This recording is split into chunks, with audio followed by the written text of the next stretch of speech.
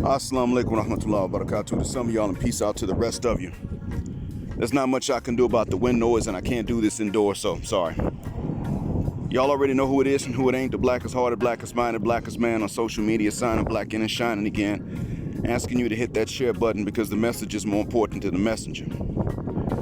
Having said that, darknesses, Lethal Blackman got married to a woman from the continent much like I did.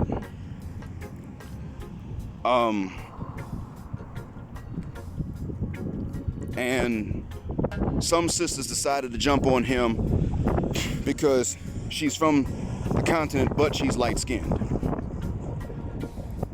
Now, I do understand that the gene for light skin, or the genes for light skin that are in the African continent actually came from outside of Africa.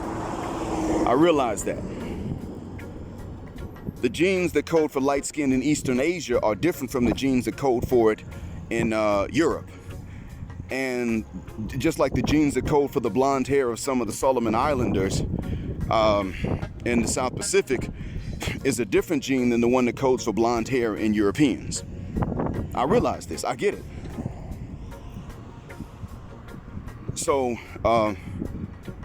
granted, you could argue that that means that they got their light skin from someone outside of Africa that went back into Africa. That could, matter of fact, that's what the evidence supports right now. So I've admitted at this point, based on that link that came up, based on that knowledge, that I've admitted that light skin comes from outside of Africa, not inside. Okay, fair enough. But then there's still the question of what is her percentage? Is her percentage mostly black?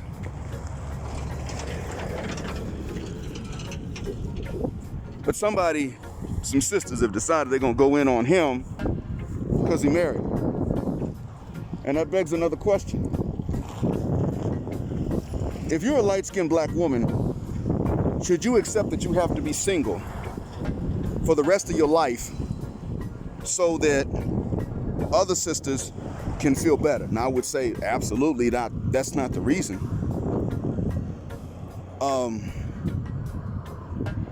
Certainly not. But by the same token, highly desired women wind up spending a lot of their time alone, not sexually alone, but still alone or single, simply because so many men want them. I mean, when their desirability goes up, that means that they're eliminating even more men from consideration. We know how that works. So, I just want to say to Lethal Blackman, I understand you a B1. But you've now been shown why it is that being B1 is not really worth it. I'm in your position in this regard. I'm not saying we're the same people, of course. I'm just saying that this is something I'm commenting on because I understand your position, having been in it. My wife is from Eastern Africa. She has been approached by African American women that told her that she had something in common. It wasn't her color, but they told her about something she had in common with white women. And as a matter of fact, it's not like white women are the only ones that have this particular trait about which these sisters were talking. But they were telling her this. She's from East Africa. I realize sometimes to fight white supremacy, you got to fight certain preferences that even black folks may have. I get that. But see, you did not prefer a light-skinned woman. And as a matter of fact, I have a suspicion that you're protecting her privacy, as you should, and her honor, and I get that. And I wouldn't mind doing the same thing. I mean, for not just for my wife, but even for yours. I wouldn't mind defending her honor just on general principle. She didn't do anything to provoke this stuff. I go for the necks of the women that sit up here and provoke dumb stuff like Just Beeb. Yeah, talking about you. Like Smiles in a Twisted MD. I go for them. Cynthia G. I go for their necks because they say and do, or they say things that are clearly unfair, and they call for these things at men's expense. Your wife ain't done nothing like that. She's working whatever job she's got. You're on YouTube, not her. She's not picking fights, therefore she should not have to be in one. And if she was jet black, and there was some lighter skinned women that got on you and said, why are you marrying her when you light skinned? We got all these light skinned women that can't find nobody, or rather, we got all these light skinned women that are getting picked on by women that look like her. If they were saying this, I would have defended her honor. Just on general principle, I get it. But I suspect that you were defending her honor by not explaining to them how not only did y'all click, but rather she liked you. And see, that's the big difference. But it's okay nowadays because men are now beginning to admit how our choices are limited and how women do have much of a say-so in who they're with. And we have some say-so over who we marry, but we're just not out here. We don't reject enough women in the open market to be able to sit back and say, okay, I'm gonna be with her. That's something women have done. And it's not even because of chastity. It's been simply nothing other than conceit, arrogance. It's not anything to do with mate selection or filtering for genes, nothing of that. Don't give me that evolutionary biology or evolutionary psychology. That's not what it is. It serves that purpose, but that's not their motive for doing it. They're doing what they do because of arrogance and vanity. Even when they're not Western women, I don't let them off the hook for that. Now, when they're really not interested, that's something else. But I'm talking about when they, I'm mostly talking about how they, in the West especially, will filter out even what other women don't want. So instead of saying, okay, well, he and I like each other, and other women don't just notice him out of a crowd per se, that's better for us. Instead of them saying that, they say, I'm not winning the competition. I can't brag to my girls about who I have if I go with him, so he and I ain't gonna be around each other. I'd rather compete with all my friends for the same few men. And then get mad when these men don't settle down, even though I know that he done already effed 4 of them. And wouldn't have been with this dude if he hadn't effed 4 of my friends. That's how they are about this.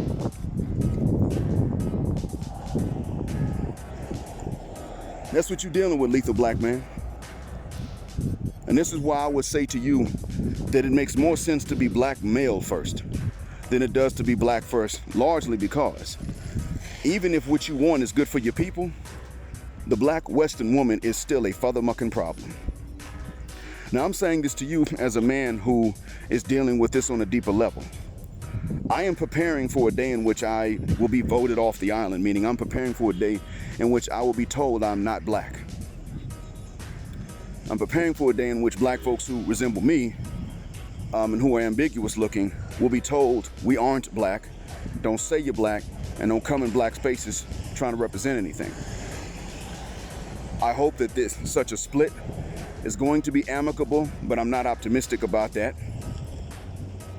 Because as you know, as another black American, it's been such an obsessive topic amongst us that the chances of it being an amicable split, if people of black admixture are recategorized as other, and maybe I'll be wrong and it won't happen. But I got to prepare for that to be the case, and I understand why it is that there are people of black admixture, meaning they're not unmixed, that are calling for recategorization. I know they've been through some crap. I know that they are somewhat traumatized by certain experiences that they've had, male or female, usually in childhood. And for women, these experiences even continue on into adulthood. My own mother was told in college, this is back during the 60s when there was no concept of a dark-skin privilege. She was told in the 60s, your roommate can say certain things about what black folks need to fix because she bigger and blacker than you are. But you light-skinned and you small and petite and skinny, you can't say these things. You can't talk about what we need to fix. She was told this back in the 60s. And she told me at a young age, what this is going to mean, son, is that there are going to be certain things you're not going to be able to say and get away with it. And one of them was the N-word, without the hard R. And that was pretty much the only talk that she and I had about how the rules are different when you look this way. I was in middle school. That was the only time she ever said that certain things will be different, certain things you can't say and get away with it. And I remember and when I started high school, and she said, boy, if you use that N-word, even without the hard R, somebody's gonna fight you. And I told her I'll kill them. And it wound up later on, I didn't do it, but I tried to kill someone. Well, I tried to put them into a coma behind something like that. It was the only time that I was really prepared. But it is something that is very exhaustive. It's quite obsessive and very exhaustive for our people. And I'm saying this to you as a man who is beginning to prepare for this. And while the discussion is being had as to how it is that people of black admixture are going to form our own communities, how we're going to sustain a community with endogamy and, you know, people of our phenotype and admixtures actually marrying each other and living with each other, I'm seeing the same double standards even from these light-skinned and mixed women. My last upload was about that. Don't come with these same double standards that the other Western women have, or you're gonna run your men off and ain't gonna be no community that was there intentionally. It's gonna be a community that only forms when a baby's born because somebody white and someone black ignored their community's grudges with each other and got the fucking anyway. And somebody didn't pull out. And that's gonna be the only way that new people are brought into this community. It's not going to become like the colored community in South Africa when they actually marry each other. And I've got to tell them this. I have some unanswered comments right now from some women. One of them, Just Beebs, I'm calling her name, actually sat up and said that light-skinned women cannot go with light-skinned black men until we have our own community. That's the exact same Blackistan talking point that sisters have been saying. Well, until you niggas build something, we ain't gonna be loyal to you, but you need to be loyal to us. She said the exact same thing. And then said that you black men need to stop with the Blackistan talking points. She still don't get it. She still doesn't understand. So, no matter how many men tell them these things, no matter how many honest men tell them these things, they don't get it. So really, sir, the problem is, and I just got through talking with a brother from Africa. He's a black British of Nigerian origin, born and raised in the UK, in his 30s, practicing Muslim, looking to get married. Now, he's rare in that he is a Salafi, meaning he is, you could say, a double Muslim, if you will. But he is also quite pro-black in terms of justice. A lot of times black Salafis are not. They want to ignore race and color and more than any other black Muslims might want to do. Because that's what that's how the Arabs are. And they take largely from the Arabian Peninsula. The strictest part of the Arabian Peninsula at that. That's how they usually do. So, unfortunately, what that usually means, it's a different topic for another day, but I'm saying that he's rare in this regard. He can take all the evidences that we have to take seriously and still turn around and say, yeah, but see, the way y'all, the way that you talk about black folks, just the way that you use names for black folks is wrong. So you all stay over there. Don't ask me about marrying none of your daughters. Because if I were the one that had brought this subject to you about marrying your daughter, you would have flipped. See, it's double standards all around. He's called them on their double standards. You want me to want to marry your non-black daughter in the name of piety, but you don't actually want me to marry your non-black daughter in the name of piety. This means that my daughter can never be a second or even first wife to one of your non-black sons. Stay over there. That's what he's saying. This man here and I having a discussion, and there's no one for him to marry. He's in his 30s. I assume he's not fornicated because he's been, he was raised as a Muslim. And there's no one to marry. He doesn't want to marry from back home because, as he said, in Africa, not just in Nigeria, but in Africa, if they know he has a British passport, they're going to marry him for that passport. And he's not going for that. That's what he said. He said, I'll just go ahead and marry a woman that's already in the West. I told him, you marry a Western woman, it's going to be a furthermucking problem. They're not going to, you're not going to find the good ones. They're there, they exist, but they're already taken. The ones that are available, they're not there. If you in your middle 30s, then you're going to have to look for one that's still in her middle 20s or younger. And even then, the maturity is not going to be there.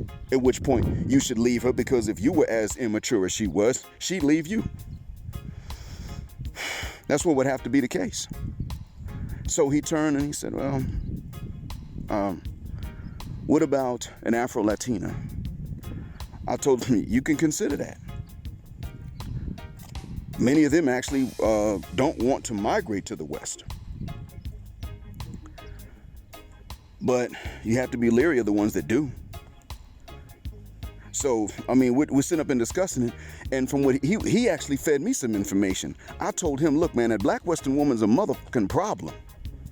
They got all kind of double standards. You're never going to be able to satisfy them. The good ones are taken. They exist, but they're taken. Or they're inside and nobody knows they exist. That's what it's like. Here you are, as you are, and if you go back home, you're going to be used. Well, you're going to be used if you marry one from the States or from another first world nation. And he was telling me back home, it's the same thing. So what it pretty much comes down to, Lethal Black Man, is that for the most part, sisters, but especially Western sisters, I can tell you not his story. I can tell you what you and I have seen when it comes to the Western sisters. They're going to be a damn problem. Absolutely.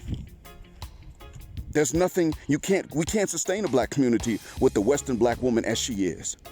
And even if lighter-skinned black folks were going to form a separate community and category for the purposes of no longer offending our more melanated or unmixed relatives who feel that we're always winding up with undue benefits, even if we said, okay, you know what, in order to make it fair, we'll be here, you'll be there. Even if we did that, guess what? Our women gonna do the same thing. Exactly. That's what's gonna happen. And that's what you were facing. And it might be why it is that you may have to tell that Western black woman, I'm black male first. I don't wish it was necessary. I just understand that it is. And I'm not saying this expecting you to turn around and on your next recording come out and say, man, you know what, I'm black male first. Because y'all effing up. No. Just listen. And then start looking. And you'll see the patterns come up. Walaikum salam. On Johnny Baba. Top of the morning to you. Ngiyatabola gugubona foot. That was Zulu. So, understand that's what we're dealing with, man. Unfortunately, it's not even your fault. It's not something that you could have ever prevented. You and I were born into this. But the matriarchy done fucked up. Pardon my French. There's no nice and polite way to put it. The matriarchy has been such a damn problem. At least for 6 decades. Probably even more. And you are being objectified. When these women sit up here and have a damn thing to say about the complexion of the black African woman that you married, then all they're really doing is objectifying you. What they're saying is, nigga, you shouldn't be happy. You should always sacrifice for our happiness and never the reverse. And that's all the hell they're saying. Because these same women talking about some talking this B1 and black to Africa and black men should be for black women. The same ones talking this, not only do they talk about swirling, which you already know, here's the other thing. Look at the ratchet B words that don't talk this pro-black anything. They don't do it. But they'll jump from man to man based on who's got the most expensive jet ski and yacht and stuff like that. Those type women, you know, the Instagram models and thoughts. Look at them. These pro-black women ain't condemning those types of women. Because they want to be that. They want to go through a whole phase and charge anywhere from $3,000 to $10,000 to screw a man once. That's what they want to do too. And they're dead set on that. They're dead serious about it.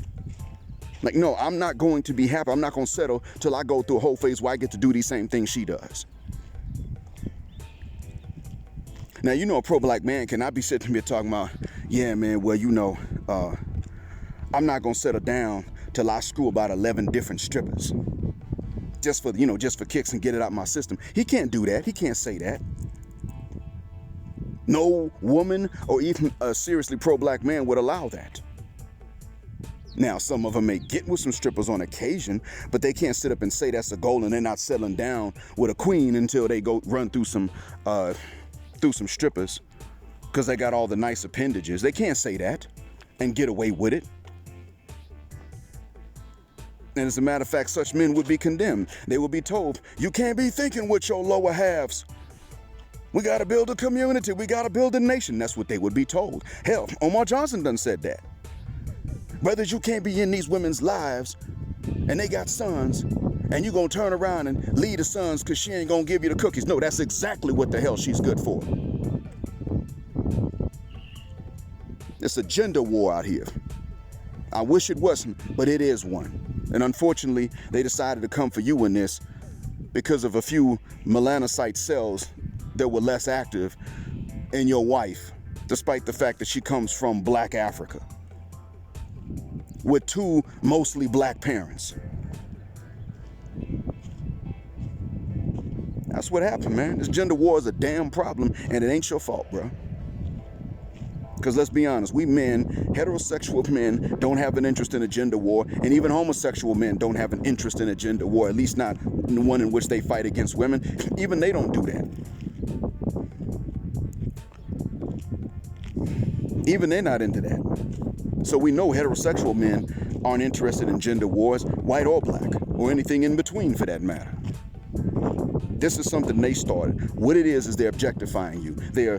These women have the nerve to financially objectify you and even emotionally objectify you. The minute you sexually objectify any of them or non-sexually objectify them, you dog, you pig.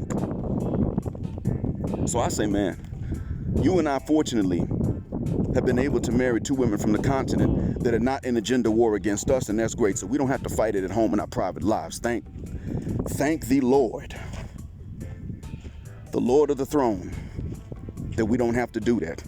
But on the outside, man, it's still a gender war. And when you see the truth of what I'm talking about, because I'm not going to ask you to take my word from just this recording alone, but when you're able to observe the pattern, man, look, you go ahead and you fight to win, because they damn sure will. Thanks for listening. Black heart, black mind, blackout. Y'all know the rest. Assalamu alaikum, and black heterosexual non-select male power just because they don't like it. And black patriarchy until extinction or judgment day.